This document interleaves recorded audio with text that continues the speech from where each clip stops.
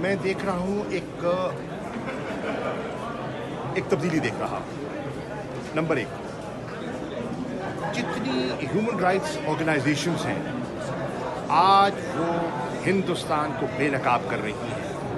یہ ہمارے تابع تو نہیں ہیں، ان کی انڈیپینڈنٹ اپنی آواز ہے۔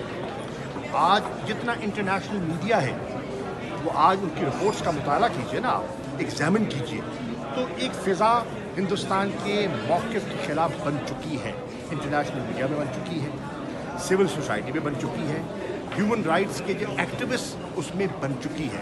اور بہت سے پارلیمنٹیرینز میں، آپ برطانیہ کی پارلیمنٹ کو دیکھ لیں، آپ یورپ کی پارلیمنٹ کو دیکھ لیں، آپ برسلز میں دیکھ لیں کیفیت کیا آ رہی ہے۔ آپ یو ایس کانگریس کے یکے بعد دیگر میں لوگوں کے ٹویٹ دیکھ رہا ہوں، میں لوگوں کے بیانات دیکھ رہا ہوں جو تشویش کا اظہار کر رہے ہیں۔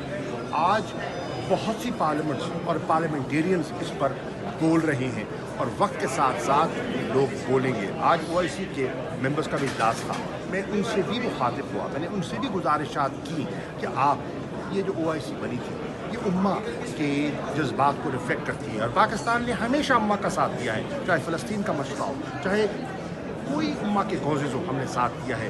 میں توقع کرتا ہوں کہ OIC اپنا کردار ادا کرے گی انسانیت کے لیے۔ بہت شکریہ۔